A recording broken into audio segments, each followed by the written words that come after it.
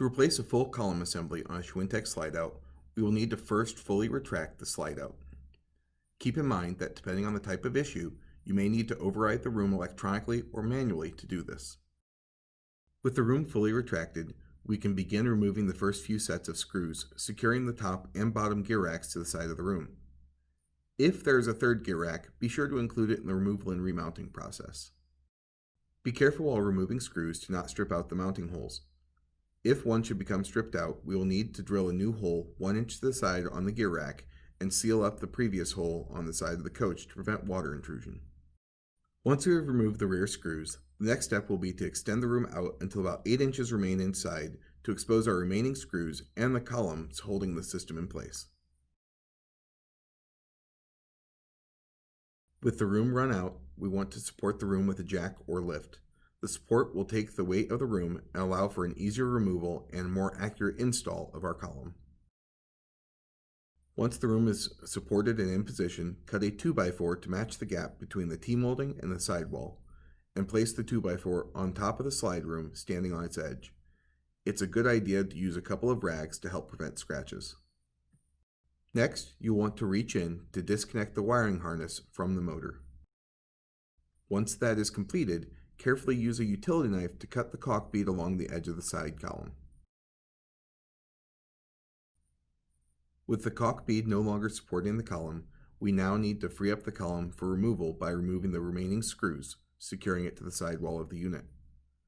Again, just like with the gear racks, we want to be careful not to strip out the mounting holes. If you notice one is stripped out or weak, the same process applies here as for the gear racks.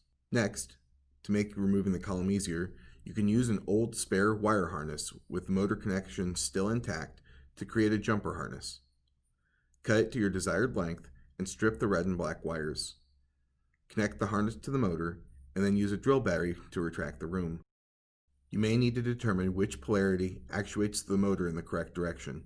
Be sure that your support for the room is stable for this. The slide column should slide away from the side of the unit. You can disconnect your harness once it is free. With the column free, the only thing still holding the system in place is the remaining screws. Remove the remaining screws from the top and bottom gear racks. You may need to use a putty knife to pry the gear racks free. Be careful while doing this to do it without damaging the finish of the room.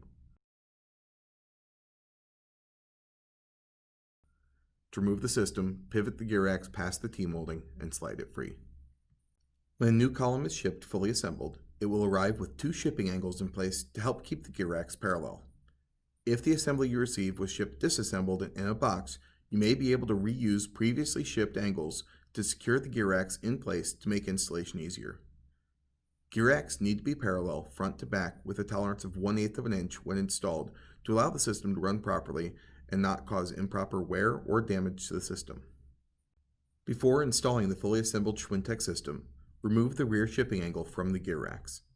The placement of the screws will not be accessible once installed and could even cause the gear racks to not fit properly on the side of the slide-out.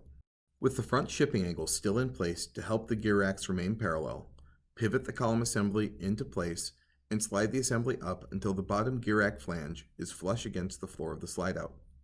Once you have verified the placement, secure the gear racks to the side of the slide-out.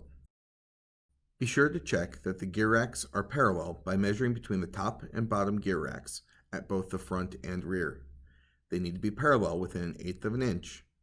If they are not parallel, remove the necessary screws on the top rack to adjust the gear rack accordingly. If your new location is too near the previous screw holes, drill new screw holes in the gear rack, offset 1 inch from the previous ones, and seal up the old hole locations to prevent water intrusion. Once you have the gear racks secured and the parallels confirmed, remove the front shipping angle. There should be a screw at both the top and bottom. To reinstall the column, we will once again be utilizing our jumper harness to connect the motor. Once connected, you will again use a drill battery to actuate the column inward until it is seated properly. Be careful when doing this to not pinch your wire harness between the column and the sidewall. Before securing the column in place, measure from the face of each gear rack to the edge of the column to ensure that the appropriate spacing is maintained. The spacing should be 2.5 inches plus or minus 1/8 of an inch. If you do not do this correctly now, the room may not operate correctly and damage to the system could occur. Once your spacing is confirmed, resecure the column to the side of the unit. Again, we want to be sure not to strip out any of the mounting holes and repair as previously stated if one is damaged.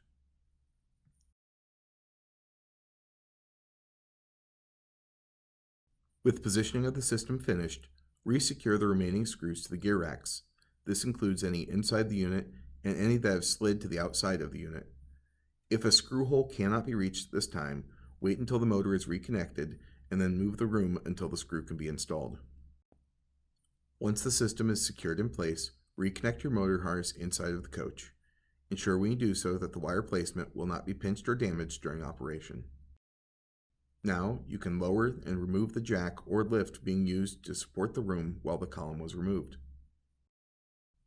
Last, we will test the operation of the room and ensure it moves in and out. The room will likely be out of sync after removing and reinstalling our column assemblies. To fix this, we will follow our standard resyncing process. We will run the room in until it stops, and then back it off and run it in again until it is fully retracted. This could take several cycles if the room is off enough from side to side. Once the room is fully retracted, we will extend it 1 to 2 inches and then fully retract it again and hold the retract button for 3 seconds after it stops moving to ensure that the motors have finished adjusting. We will repeat this process until both sides of the room are stopping their motors at the same time.